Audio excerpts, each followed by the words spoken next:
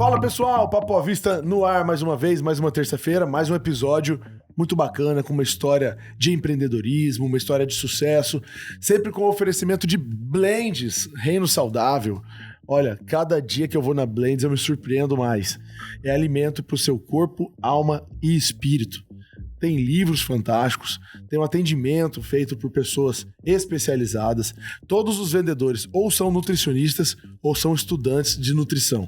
Então vale a pena, fica a dica para você dar uma passadinha lá na Blends. E hoje, nosso convidado, Ulisses Rabaneda. Seja muito bem-vindo.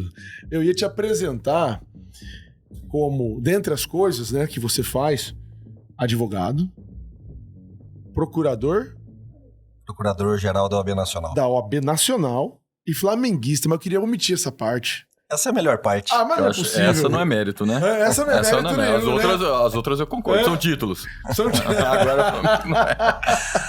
Na verdade, essa precede todas as outras. Tudo inicia por aí.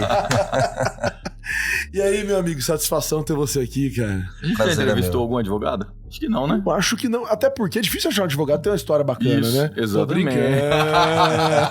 Não, é uma profissão bacana. O Gil é advogado. Mas por que não, cara? Só me formei, pô. Você não passou no OAB? Não, vai fazer eu passar vergonha perto da Lisa aqui, que eu sou advogado. Referência. Eu contribuo com a OAB. Mas toda pessoa, ela tem um pouco de advogado. Quando você defende o seu filho perante uma injustiça de alguém, é da própria esposa mesmo, tá dando uma bronca indevida, você tá sendo advogado. Todo mundo tem um pouquinho de advogado. Mas se sua esposa tá brigando com a criança e você intervém, você é advogado, mas você também é réu depois quando a criança vai dormir. Você troca de lugar com ela. Ela era o réu, aí você defende, depois você vira réu. É difícil. Vira réu. E quem que defende? Não tem como. Contra a esposa, é uma afiado, defesa. Né? O cara é afiado.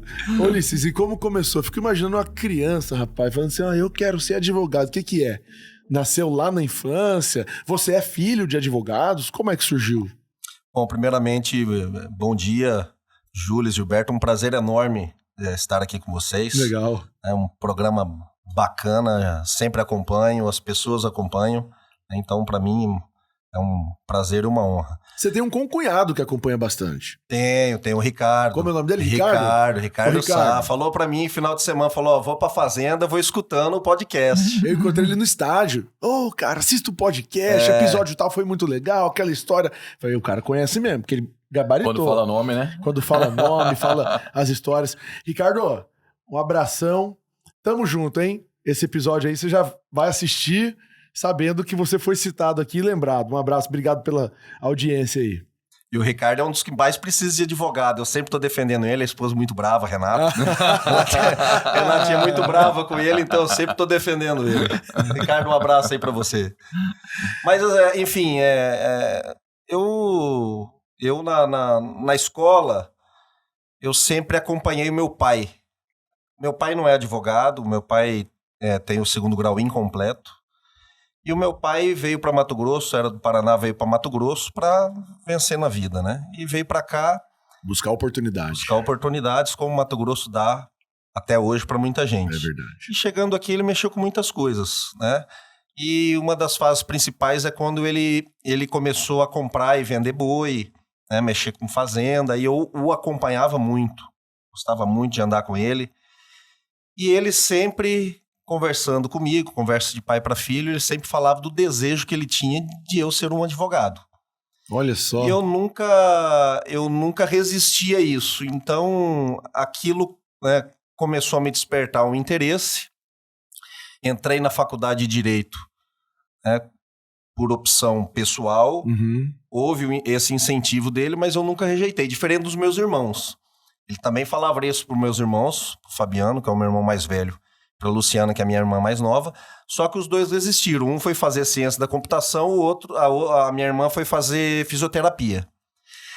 E eu acho que tomaram o caminho correto, porque foi uma escolha pessoal deles. Sim. Só que depois eles fizeram direito, hoje são advogados. Você tá brincando. Então, mas aí por incentivo seu, depois de ver você formado? Eu já estava formado. Mas despertou neles o interesse, o desejo, né? E hoje são grandes advogados. O Fabiano é um dos maiores, com respeito a todos os outros, mas sim, é um dos melhores advogados na área de direito de família, ele junto com a esposa Em Mato Grosso, seguramente, e a nível Brasil, tem feito também um trabalho espetacular. A Luciana, minha irmã, trabalha junto comigo. Legal. Trabalha comigo na escola. Então, se Seu elas pai é tivessem fé, vivo. E a satisfação, imagina, né? Falei, ó, Eu falei. Mas se eles tivessem feito direito por desejo do meu pai, eles não seriam felizes é verdade. na profissão. É verdade. Então fizeram o que queriam e depois fizeram o que queriam mais uma vez, que foi fazer Essa é uma direito. dica até para nós, né? Que temos filhos, né? Porque a gente tende a induzir demais, né? Ou cobrar demais, né?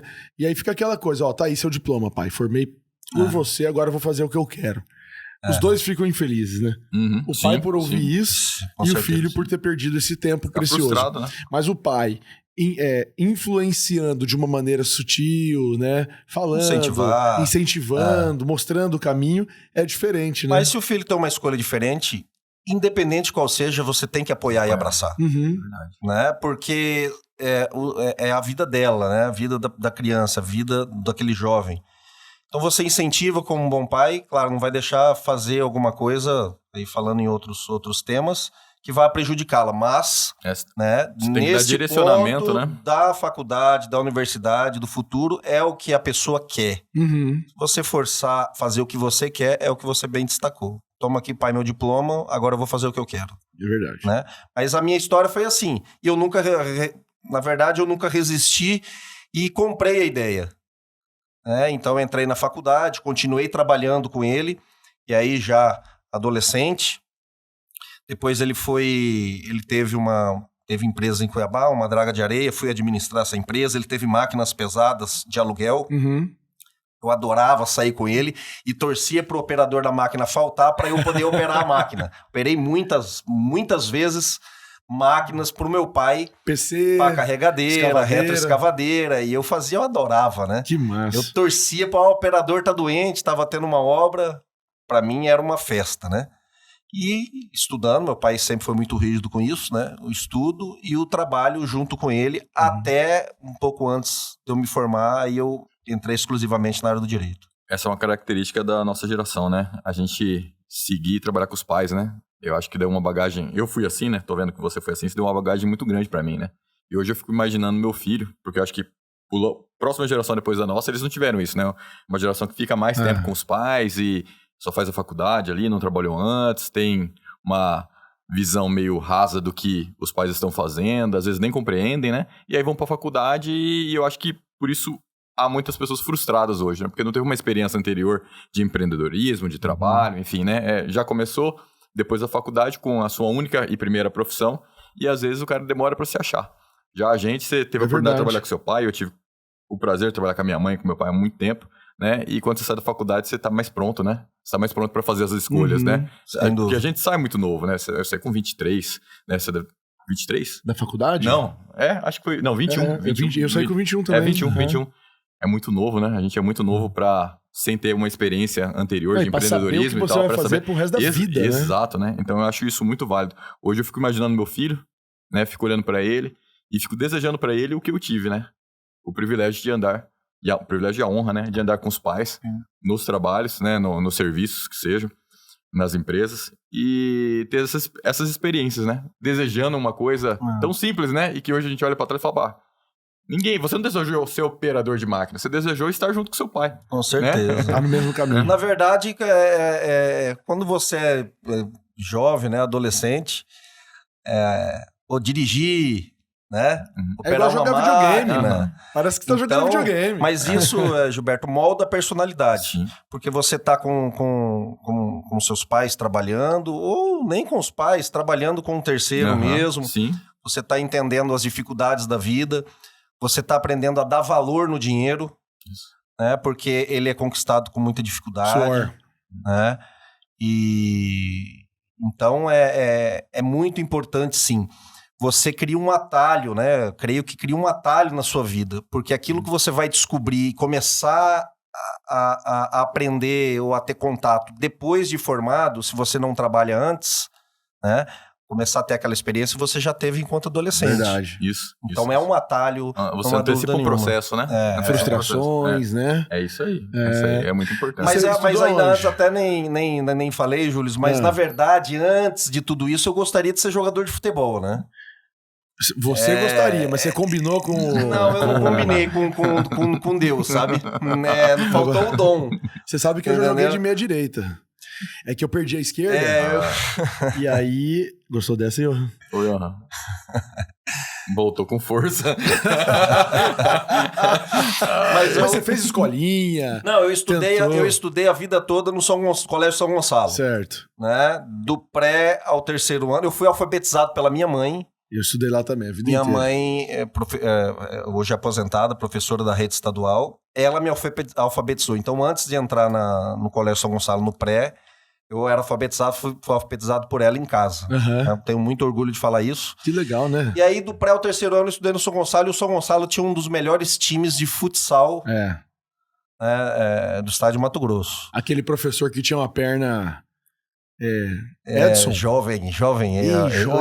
Esqueci o nome dele, rapaz. Joguei lá Leandro. Foi jogador de futebol, jogou no Dom Bosco, se não me engano. Ele tinha uma perna assim, rapaz. Parecia um parênteses. Alicate. Leandro Alicate. Leandro Alicate. Não podia brincar de passou, levou. Porque sempre passava. E aí eu tinha... aí o treinador era o professor Luizinho, né? Grande professor Luizinho. E professor também de matemática. E aí... Só que eu era ruim de bola, né? Mas eu achava que eu era bom, sabe? Autopercepção. Mas no futebol, eu acho que as boas escolhas que eu fiz foi ser flamenguista. Essa daí, rapaz, entendeu? Foi um acerto. Você sabe, você já foi até juiz, né, do Tribunal Eleitoral, é isso? Tribunal Eleitoral. Aí eu fico imaginando, por que todo juiz é flamenguista? Inclusive nos campos. Pois é. Inclusive os que apitam. Não sei. Tem alguma correlação aí, não tem? Você estudou onde, Luiz? Deve ter. Estudei no São Gonçalo. A faculdade? A faculdade eu fiz na Unic. Me formei na Unic. Depois eu fiz 2 especializações e hoje eu tô fazendo mestrado. Não parou de estudar. Eu abandonei já a faculdade e nunca mais quis fazer nada. Falei, pra mim chega. Terminei. O direito não te permite parar, né? Não. Ele é muito dinâmico, né? A gente brinca, né? Óbvio, não sou fisioterapeuta, não sou, como fala, ortopedista, mas às vezes eu uso essa referência, né? O cara tem o osso aqui, rádio húmero, né? Na perna aqui tem a tíbia, fíbula. Desde os anos, sei lá, 80, 70, o cara aprendeu isso. Hoje, se você for fazer um raio-x, o rádio húmero estão ali, né? A tíbia e a fíbula estão ali. A tecnologia, a medicina muda, mas a essência tá ali. Já, inclusive tem uma piada, né? Pra você esconder uma nota de R$100 de um ortopedista, é só botar no meio de um livro de medicina. Existe essa piada no meio médico, por quê? Porque o cara, né? Mas o cara do marketing, o cara do direito, o cara da tecnologia, ciências da computação, o cara que estudou hoje, ele saiu da faculdade no dia seguinte e tá desatualizado. Sem dúvida. As estratégias mudaram, as redes sociais mudam, as leis mudam. Eu até hoje guardo a mania, né? Mania num bom sentido, de diariamente ler as decisões que são divulgadas pelos tribunais, especialmente os tribunais superiores. Porque, como você falou, no outro dia você estudou com base no entendimento, se ele mudar e você não estiver atualizado, você não consegue aplicá-lo, né, no caso concreto. Mas é como você falou, as coisas, a base, ela não muda. Tanto que, né, você entra no mestrado, você entra no doutorado, você vai acabar revendo a história do direito, o início, a origem, né, o direito romano, o justnaturalismo, o justpositivismo, toda aquela história, porque é a base. Você precisa compreender como ele evoluiu, aí você chegar onde você deseja, que é o que está acontecendo hoje, né, que é muito importante. Então, o advogado ou a advogada que quer ter sucesso, não significa que só assim vai ter sucesso. O sucesso, ele depende de muitos fatores e às vezes alguns fatores que não estão à sua disposição, eles acontecem na sua vida. Mas depende muito desse estudo diário. Se parar de estudar no direito, você fica para trás no dia seguinte, sem dúvida. Entendi. E aí fez faculdade, Foi montar escritório ou foi pro escritório de alguém? Fui pro escritório de um grande irmão, de um grande amigo, que era presidente da OAB, o Dr. Francisco Fayad. Foi até uma história curiosa, né? Antes, quando eu ainda estava na faculdade, eu falei, bom, agora eu preciso, né, trabalhar com o direito. E tinha uma magistrada, a doutora Flávia Catarina. Até se ela estiver nos acompanhando, um beijo para a doutora Flávia. Ela era juíza, e eu me recordei disso, e ela morava na minha rua quando eu era criança, depois se mudou. Olha só. Virou magistrada, foi pro interior, e eu me recordei disso, e eu falei assim, eu vou procurar a doutora Flávia para eu trabalhar com o direito, né? E aí eu fui, ela era uma magistrada criminal, eu fui no fórum, e quando eu já tinha 19 anos, né? E eu fui no corredor, quando eu estou indo no corredor, ela vinha vindo. Quando cruzou comigo, eu falei, oi, tia. Ela falou, tia, sua avó. Tia, sua avó. E passou e foi embora, né? Eu falei, comecei mal. Minha busca por emprego, né? Ela voltou, parou pra conversar comigo, ela me reconheceu, me abraçou, ela falou, você vai começar agora. Entrei pra dentro da secretaria, nem fui pra casa. Comecei a trabalhar voluntariamente. Uhum. Trabalhei no fórum voluntariamente com ela na secretaria. Depois eu fui para o gabinete minutar sentenças, né, e despachos com ela também. Perto de formar, eu fui trabalhar com um desembargador aposentado, o desembargador Carlos Avalone, que tinha desaposentado e virou advogado. Trabalhei por um período com o desembargador Carlos Avalone. E aí na faculdade, já formando, eu fiz o estágio supervisionado. O que é o estágio supervisionado? Na faculdade você tem alguns períodos que você trabalha em casos concretos, supervisionado pelo professor, né, que é o estágio. Atender pessoas carentes, que precisam de advogados. Legal, você pega uma causa real ali. Causa real. Que massa. Então faz júri, faz audiência. E o Fayad foi meu professor nessa oportunidade. Eu cheguei lá, eu gostava muito de criminal. Falei, professor, tiver os processos criminal aí que ninguém pega, pode passar tudo pra mim, que eu quero só o criminal. Passou pra mim, foi meu professor, e aí eu formei. Quando eu formei, eu precisava, então, trabalhar e agora começar a ganhar dinheiro, né? Sim. Porque até então, fazia pra aprender mesmo, tudo de maneira voluntária. E aí eu liguei pra ele, falei, professor, tô fazendo meu currículo, posso colocar seu nome como minha referência pessoal? Ele era o presidente da OAB, né? Uhum. Pra mim era... o presidente da OAB é minha referência pessoal. Cartão de visita. Ele falou, passa aqui no escritório pra gente conversar. Eu fui no escritório. Nem gasta papel com esse currículo seu Ele aí. não falou nada pra mim, só falou, vem cá, né? Aí eu fui, ele pegou um papel, ele tinha os papéis do escritório dele, onde que ele imprimia as petições, era salmão. Sim. Tinha uma característica, cor salmão. Eu tenho esse papel até hoje. Eu tenho esse recorte de papel, isso tem quase 20 anos. Ele pegou um papel e falou, ó, aqui eu não tenho ninguém que faz a área criminal, então que você tiver interesse em trabalhar comigo, a nossa parceria vai ser assim. E rascunhou como seria. Falei, eu posso começar agora? Não fez Que nem charme, massa. deixa eu pensar. Comecei e foi uma parceria muito rica, de uma amizade que eu carrego até hoje. Então fiquei no escritório com o Fayad de 2005 a 2015. Outra chave aí, ó. 10 anos. O fato de você... tem muita gente que espera formar e vai para o mercado de trabalho e encontra uma dificuldade enorme, né? O fato de você ter usado desse relacionamento sem querer nada em troca, você ali queria trabalhar, aprender, queria conhecimento de verdade, né? E a conexão que foi gerada ali, você não foi numa entrevista de emprego que você mostrou sua vontade, foi justamente nesse estágio supervisionado. Né? Eu lembro quando eu fiz faculdade de publicidade, a Unic tinha uma Uniagência que chamava, era a agência do curso. Era uma agência, óbvio, você trabalhava de graça, mas ela prestava serviço para a própria Unic. Quer conhecimento maior que esse, não tem. Por quê? Porque você já está ali dentro da faculdade, você está trabalhando na prática. As conexões ali me abriram portas depois nas agências de publicidade e os professores que ali estavam também iam te indicando. Então, muitas pessoas deveriam usar esse tipo de exemplo, né? O primeiro a gente já falou. Aproveitar a oportunidade de trabalhar com os pais, né? Ter essa percepção de mercado, mas também desses estágios supervisionados, né? O que você vai ganhar? Nada. Experiência. Experiência, rapaz. É vale muito. mais que dinheiro. Muito mais. É muito. Mas eu Muito peguei um mais. gancho aí. Você falou da criminal. No direito tem isso. O cara vai pra área de família, como você disse do seu irmão, criminal, tributário e tal. Hoje, então, você é criminal ou faz de tudo? A grande especialidade do meu escritório é a área criminal, né? Mas acaba puxando algumas outras. Por exemplo, a área do direito público que envolve questões que estão muito ligadas também ao direito criminal. Uhum. Então, por exemplo, uma ação de improbidade administrativa de um gestor público está muito ligada à área criminal, porque é um direito administrativo sancionador. Então, muitas vezes você tem um funcionário público que responde uma ação penal, ela pode estar respondendo também uma improbidade, né? Na área do direito civil, eu atuo mais em situações mais específicas, né, mais selecionadas, especialmente nos tribunais. E na área eleitoral também pontualmente, né? Quando eu saí do tribunal, eu optei por atuar no eleitoral mais pontualmente. Não fazer campanha, né?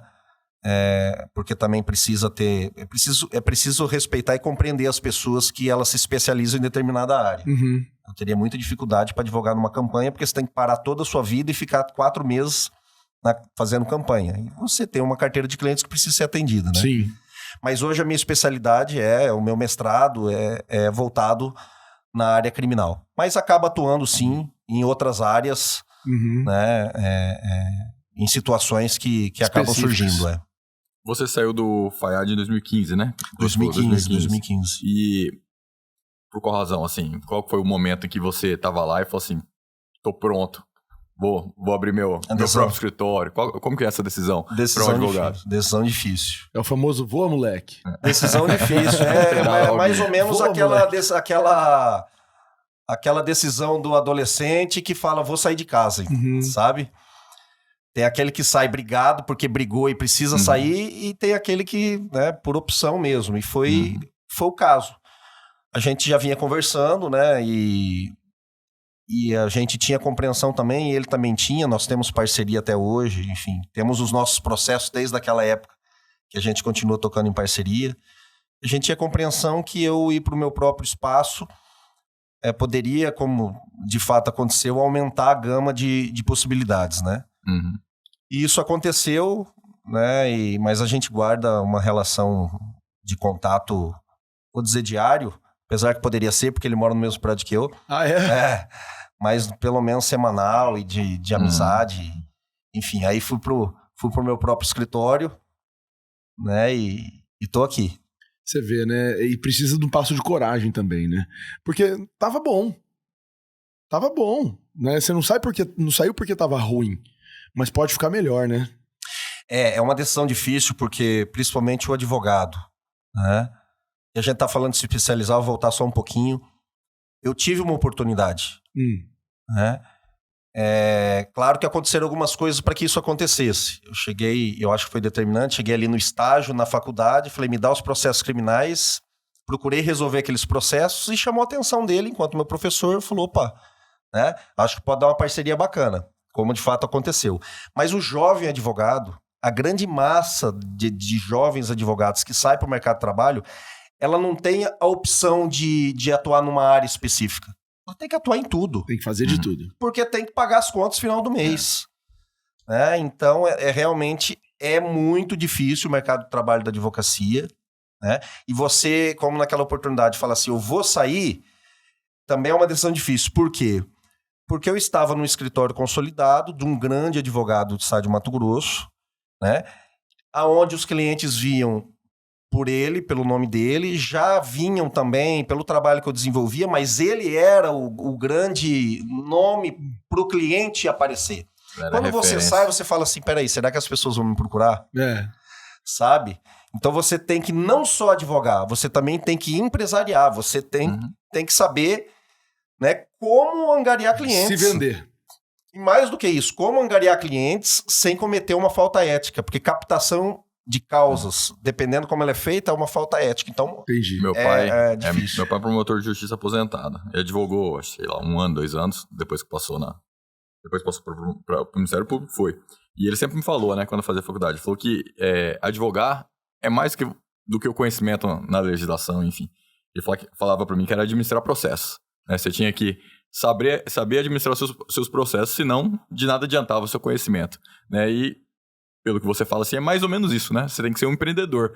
É igual o médico, né? Então, tem médico que é empreendedor, a gente entrevistou o Elson Adorno, por exemplo, né? Amigo nosso, em que ele não só é médico, né? Ele não vai lá só pro consultório dele e volta para casa, né? Ele, tem várias estratégias que ele toma pro crescimento do negócio dele, e hoje ele tá mega big aqui em Cuiabá, né? E assim é o advogado, né? Porque advogado, se você for passar na rua, você vai vendo as portinhas, prédios comerciais, várias portas e tal, mas quando um advogado chega no nível que você chegou aí, é porque ele não é só bom né? Não só tem conhecimento, né? É uma pessoa que constrói relacionamentos, tá nos lugares certos, conhece as pessoas certas, conhece também o pessoal, os operadores que vão olhar o seu processo, um promotor, um juiz é respeitado por eles, credibilidade. Né? Gera credibilidade e sabe administrar um grande escritório, né? Porque você não faz nada sozinho, né? Você não consegue fazer nada sozinho. Sem dúvida. E o tempo todo, né? No Sem começo, dúvida. sim, né? Mas aí depois. E na você não souber faculdade, delegar. na faculdade não vem, né? Não, Agora é matéria não, de... Esse pacote não vem na faculdade. Esse é um opcional. Esse é um opcional. Esse é opcional que tem que ir atrás. E você montar a equipe, né? Não é fácil. São quantos hoje? Hoje, no meu escritório, nós somos em 4 advogados. Então você imagina... É um escritório que, por opção, né, não produz uma advocacia de massa. Boutique. Essa é a intenção. Poucos processos, mas são processos mais complexos, onde você precisa se dedicar, né, uma equipe muito especializada, de bons profissionais, né? Então, essa ideia de advocacia de massa funciona na minha concepção, para determinadas áreas. Uma advocacia bancária, advocacia trabalhista, onde você pega mais volume de processos, precisa ter o volume, né, para o seu negócio bem se desenvolver. No meu caso, essa é uma opção que eu descartei. Né? Então, hoje eu consigo fazer isso, né, e agradeço muito a Deus por isso, de você conseguir selecionar as causas para que você consiga atuar em poucas causas, mas causas mais complexas. Claro. Né, e ser onde bem você sucedido nisso. precisa também devolver resultados, né, para o cliente que também fazem jus àquilo que você se comprometeu, né? Não tem aula de administração financeira, gestão do negócio, recursos humanos, porque você tem que lidar com essas pessoas todas. Tem. Né? Não tem módulo de publicidade. Não tem. Network. Como é que faz isso? Você foi buscar fora? Olha, eu acho que eu fui observando as experiências das pessoas de sucesso, né? Os profissionais de sucesso, como eles fazem, né? Como você consegue ser um profissional de sucesso? Você tem que se espelhar em pessoas de sucesso. O que elas fizeram, né? Então, sempre observei muito. Relacionamento e na área do direito é muito importante. Você conhecer as pessoas, ter a sensibilidade de... Né, não só de conhecer, mas saber lidar também com as pessoas, entender, né, como tudo funciona, porque você tem que lidar diariamente com o judiciário, conseguir ser um profissional que tenha credibilidade. Né? Para mim, hoje, a relação com o judiciário mais importante para o advogado é de credibilidade. Se o magistrado olha o advogado, o profissional da advocacia e fala, esse tem credibilidade, você andou mais de 50%. Mas também, para ter credibilidade, você precisa ter você precisa passar por um caminho. Construir. Né? Constrói e é uma construção diária. Se eu for num processo, por exemplo, e faço uma afirmação sabidamente inverídica, eu vou quebrando a minha credibilidade. Sim. Né? E você demora, às vezes, uma vida inteira para construir e um dia... Um processo. Você quebra tudo isso.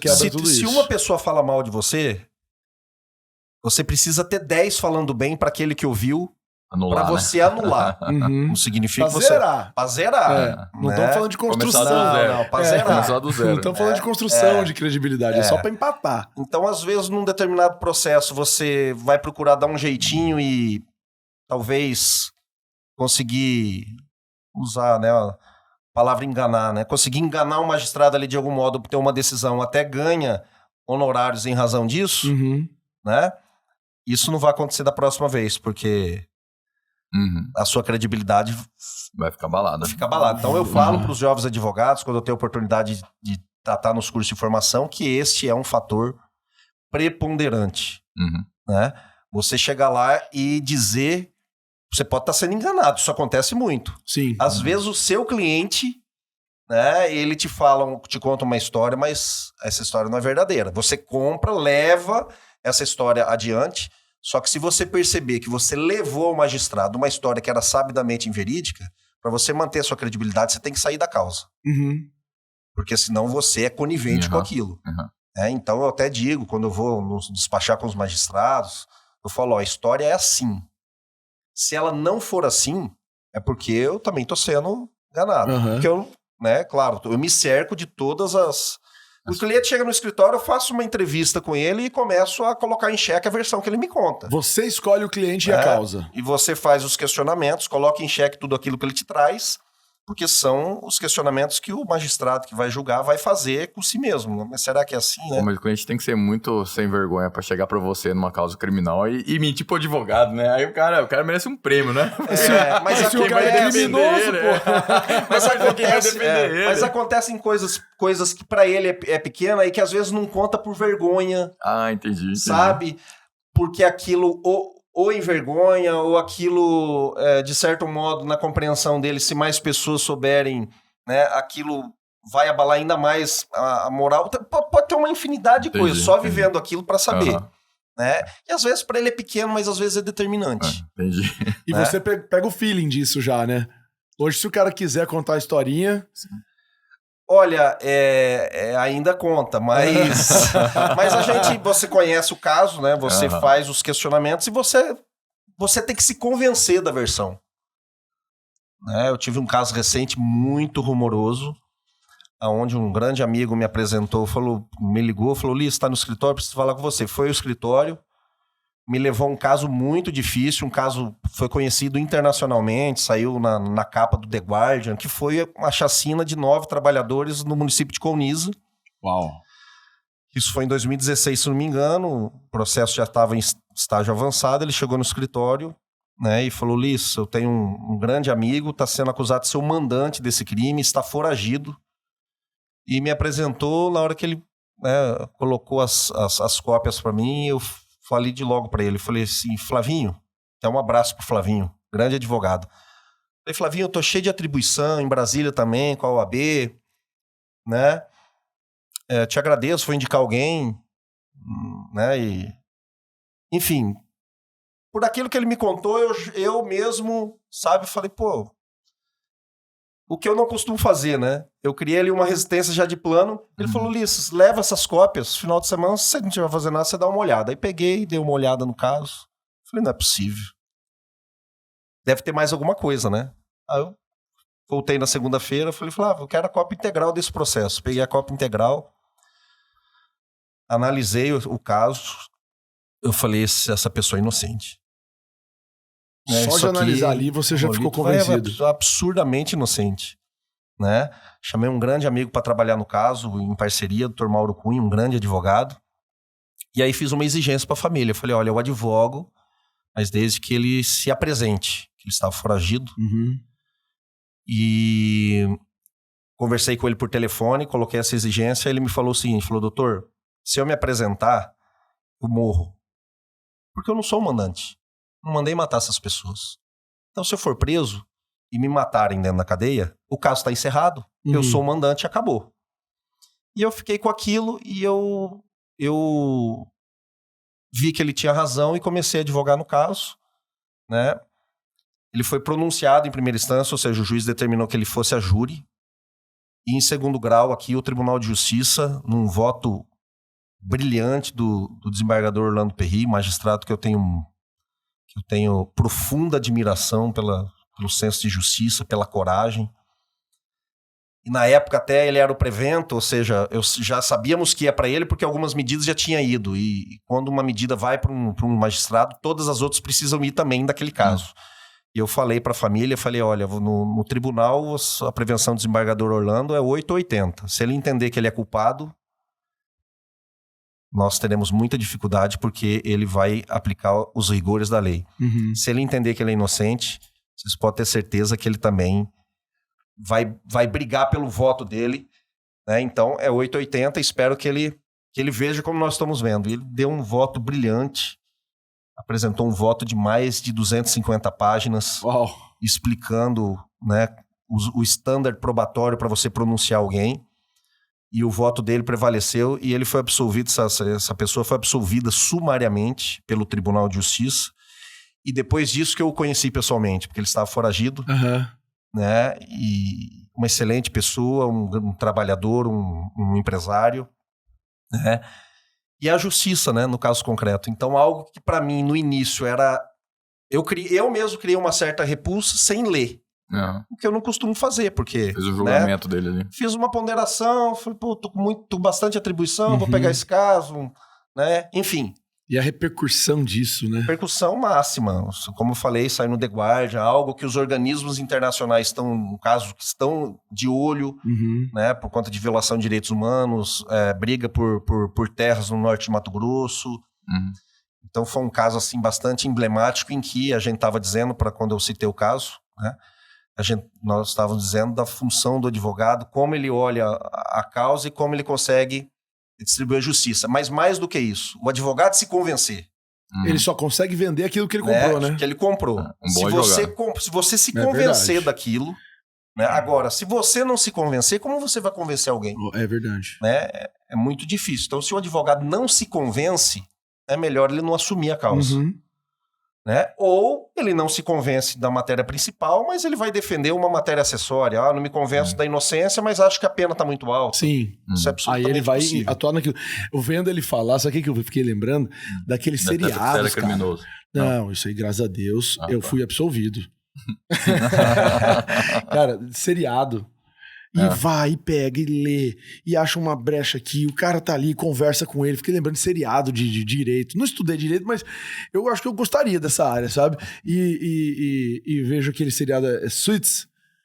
Cara, você já viu esse seriado? Já, é massa demais. E o episódio... O legal é que você pode assistir qualquer episódio. Você não precisa pegar o fio da meada inteiro. Porque ele começa com um caso e termina com um caso. Então você pega aquele dia e o cara acha uma brecha, dá uma reviravolta. Rapaz, dá uma vontade de virar advogado ali na hora. E depois eu lembro que tem que estudar pra caramba. Aí para na hora a minha vontade. Ô, Liz, e por que com advogada você tá lá no seu escritório já bem sucedido e fala assim... Vou ser juiz, daí onde você acorda, assim, cara, eu sonhei isso aí pra minha vida. Não é caçar rolo pra cabeça? Flamenguista, cara. O flamenguista, quando ele não é jogador, ele quer ser juiz, pra favorecer o Flamengo. Só que era eleitoral, não tinha como. Pergunta difícil, porque qual foi o momento do start, né, pra ter a intenção de ir pro tribunal? Pro telespectador, né, compreender, os tribunais eleitorais, eles são compostos por 7 membros, sendo 2 advogados que são nomeados pelo presidente da República por um mandato de 2 anos. Então, esses advogados por 2 anos viram juízes do Tribunal Regional Eleitoral. Alguns estados do Brasil chamam esse cargo de desembargador eleitoral, né, mas aqui no regimento interno do nosso tribunal, a denominação é juiz-membro do Tribunal Regional Eleitoral. E você pode, a única hipótese de um juiz poder advogar ao mesmo tempo. Só que não pode advogar no eleitoral. Sim. Você pode advogar em outras áreas, mas não no eleitoral. Mas, foi em 2016, eu tomei posse em fevereiro de 2017, mas em 2016 eu soube que abria vaga. Falei, pode ser uma experiência interessante, né? Você se candidata? O tribunal expede um edital, né? Dando ciência à comunidade jurídica, à advocacia, de que existe a vaga, apresenta os requisitos que estão na Constituição, ter mais de 10 anos de advocacia, ter reputação ilibada e notório saber jurídico. Legal. E aí os advogados se inscrevem e o tribunal, através do pleno, ou seja, por escolha de todos os embargadores, faz uma eleição onde os 3 mais bem votados integram uma lista que é encaminhada ao presidente da República. O presidente da República, dos 3 nomes, ele escolhe um por um mandato de 2 anos. Então, achei que poderia ser uma experiência rica, como de fato foi. Experiência riquíssima, de julgar é muito difícil. Nós precisamos reconhecer a nobreza da arte de julgar dos nossos magistrados. É muito difícil julgar uma pessoa. E E essa dificuldade te engrandece, sabe? Você ter a sensibilidade, porque, né, você dá a sentença, né? Sentença é de sentir, né? Você ter essa sensibilidade. Então, você, como eu acredito que... Acredito não, tenho certeza que eu cresci como pessoa passando pelo Tribunal Eleitoral. Eu tenho um agradecimento muito grande pelo Tribunal, né, de Justiça, que me escolheu 2 vezes para figurar na lista, né? E também, à época, o presidente da República que me escolheu, né, o presidente Michel Temer, que, por óbvio, né, me escolheu por referências. O presidente normalmente não conhece os candidatos, mas é por referência. Como esse nome chega para você, né? Os amigos que conhecem, que indica a comunidade jurídica, a comunidade política. Esse cargo é um cargo de controle social da justiça eleitoral. Por quê? Porque é um cargo onde o presidente nomeia através de um trabalho da bancada federal, senadores, deputados que conhecem a sua história, seu trabalho e te indicam e que essas pessoas foram eleitas pelo povo. Logo, e o representam. Logo, é um controle social. É o povo colocando alguém na corte. A função principal do advogado na corte é essa mesmo. A ideia foi exatamente essa. Então, tenho uma gratidão muito grande pelo Tribunal de Justiça. Também a todos aqueles que me apoiaram na época. Foi muito rica a experiência. E aí, acaba conseguindo implementar no seu escritório alguma coisa que você... Total. Mais uma experiência. Eu acho que a principal lição que eu saí do tribunal é tudo aquilo que o advogado não deve fazer. Não é o que o advogado deve fazer. Olha, o advogado não deve fazer. Porque se o advogado, numa causa, né, às vezes ele não construiu ali num recurso uma coisa positiva, mas ele também não atrapalhou, né? O magistrado vai fazer uma análise e vai julgar. Agora, existe casos, sim, eu vi isso aí lá, de condutas falhas, sabe? Como se portar numa tribuna, como despachar um memorial, como tratar um magistrado na petição, como tratar a parte contrária. A grande maioria dos advogados que eu lidei lá enquanto eu era magistrado na Justiça Eleitoral são grandes advogados, tecnicamente preparados, né? Mas um ou outro, seja pela inexperiência, né, acaba cometendo algum tipo de deslize e você, como magistrado, você percebe aquilo e aquilo vira uma experiência para você. Né?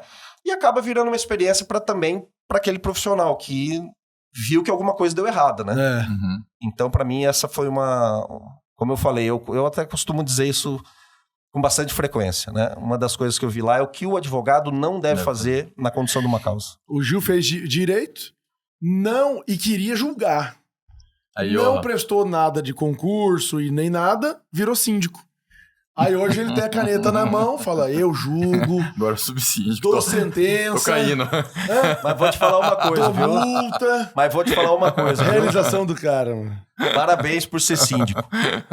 Porque ninguém quer ser síndico, mas todo mundo quer criticar o síndico. Não, essa é uma das funções mais difíceis. E é pior, lá no nosso condomínio, não tem remuneração, desconto em condomínio, nada, zero.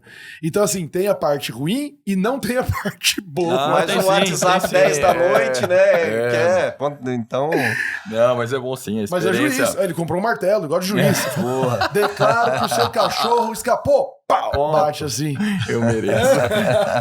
Mas tudo é experiência, né? Quando você tem um coração ensinável, né? Você vai pra uma função dessa, igual você foi, o síndico que seja, né?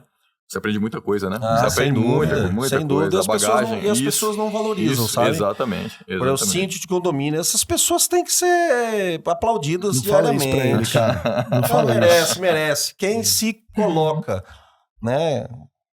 Se dispõe. E eu tô falando de um caso, mas existem vários outros. Você se dispõe a fazer algo coletivo. O cara tá numa associação, numa ONG. E pra ajudar, pouca gente, né? Mas pra criticar, bastante gente. Hein, Ulisses? Chegamos ao final aí do nosso podcast e a gente sempre faz a mesma pergunta, que é o que é o sucesso para você. Gostaria de ouvir a sua versão aí. A gente já teve 168 versões. Quero ouvir a sua. 3 anos e meio de programa, hein? Sem parar, toda terça-feira. É o podcast mais longevo do Mato Grosso, não é não? Que é isso, não é brincadeira não. Muito bom, parabéns. Sucesso pra mim é ser feliz. Se você fala eu sou feliz, você tem sucesso. Porque para ser feliz, você precisa estar bem na sua profissão, você precisa estar bem com a sua família, você precisa estar bem com seus amigos. Uhum. Então, sucesso, para mim, não envolve só o aspecto profissional. Uhum. Que adianta você ter sucesso profissional e chega em casa, você não tá bem com a sua família. E você não teve sucesso. Não. Você está sucumbindo, né? Uhum. Isso é Então, incompleto. Sucesso para mim é ser feliz, com toda a sua significação da palavra felicidade. Porque todo mundo, diariamente, você sai na rua agora, vou encontrar com alguém ali trabalhando dignamente, seja num trabalho braçal ou seja no trabalho intelectual, ela tá fazendo aquilo porque ela tá buscando ser feliz. Uhum. É a busca da felicidade. Todo mundo tá fazendo isso. Todo dia. Ninguém tá trabalhando para ser triste, ninguém tá fazendo nada para ser triste. As pessoas estão em busca da felicidade. Se você está feliz, você está tendo sucesso. Se em um determinado momento você está tendo algum problema que ocasionalmente, naquele momento, te deixa triste, você não deixou de ser feliz. É agora, se é transitório. algo que está acontecendo de maneira perene na sua vida, você não está tendo sucesso. Aí é preciso rever algumas coisas. Faz sentido. Eu escolhi ser feliz. Eu escolhi torcer pro Olímpia do Paraguai. Um time que me causa muita alegria. Eu acho que você deve ter boas recordações. Olha, Júlio, vou te falar uma coisa. Ser feliz também é ser flamenguista. Tinha que deixar a marca registrada, né? Ulisses, a gente dá um presente aqui, que é uma caneca pintada à mão pelo grande artista Rafael Jonier. E ela simboliza a sua passagem aqui no programa. É uma caneca que não está à venda. Só quem passa por aqui é que leva. Eu gostaria de presentear. Pode até escolher uma dessas. Obrigado. E você coloca aí, eu imagino, né? Num lugar que você vai passar, vai lembrar de ter contado a sua trajetória. Porque eu tenho certeza que você tem oportunidades de estar com várias pessoas falando sobre inúmeros assuntos. Mas nem todos você tem a oportunidade de pessoalizar. Trajetória mesmo, né? De infância, de crescimento, de estudo. E dá tantas lições de aproveitar as oportunidades, de ter a humildade de aprender, de ter cara de pau, de chamar a juíza de tia. Ou seja, tudo isso que você viveu e nos deu o privilégio de compartilhar, né, conosco e girar várias chaves na cabeça de quem está assistindo, seja pelo YouTube, Spotify ou até mesmo na sua plataforma de podcast favorita aí. Obrigado mesmo pela sua passagem. Uma pergunta final. O Júlio e o Gilberto já entrevistaram o Júlio e o Gilberto aqui no podcast já. ou não? Eu entrevistei o Gilberto e Quem que te entrevistou? a Ana Cristina, legal. que hoje é secretária de assistência social do município de Várzea Grande. Show de bola, vou puxar pra assistir essa história. O Júlio eu conheço parcialmente ou até minimamente, né? Porque a gente se conhece há muitos anos. É verdade. Mas obrigado pelo presente, vou colocar na minha bancada. Vou estrear a caneca ainda hoje, né? Tomando alguma coisa que seja bacana e que faça me lembrar que eu estive aqui. E quando for lá no escritório me fazer uma visita honrosa, vai estar em cima da minha bancada. Com certeza, do lado desse livro. 40 Princípios para a Prosperidade, do nosso querido pastor Alexandre Dotto. Se você aqui inspirou muita gente, esse livro aí também, com certeza, irá te inspirar. Logo o segundo livro tá saindo, né? Não, tá no forno, tá no forno, o segundo livro dele. É isso, Gil? Isso aí, você tirou suas dúvidas do tempo de direito? Depois eu vou tirar aqui dos processos que eu tenho aqui, dos criminais. Vai fazer Nunca fala, né? Sempre aquela história assim. Mas vem cá, deixa eu fazer uma pergunta. Tem um amigo meu... Fazer umas consultas aqui. Vamos fazer também, Johan. Vamos fazer fora do ar. O Johan também tem uma história bacana. O pai dele, onde eu encontrei, seu pai incentivou você a ser estudante de direito. Isso. E eu encontrei o pai do Johan uma vez. Falei, o que seu filho faz? Ele falou, estelionatário, vagabundo, presidiário. Tudo. Eu falei, escuta aqui, é verdade? Eu falei, não, eu fiquei com vergonha de falar que ele é publicitário. Então... eu te amo. Ulisses, obrigado mais uma vez. História muito legal, viu? Obrigado, muito bom, muito bom. Terça-feira que vem, estaremos de volta aqui, eu, Gilberto e o Johan, é claro. Oferecimento de Blends Reino Saudável. Para fazer o quê? Para fazer o quê? Fazer o nosso Papo à Vista. O podcast da Renda Lise. É.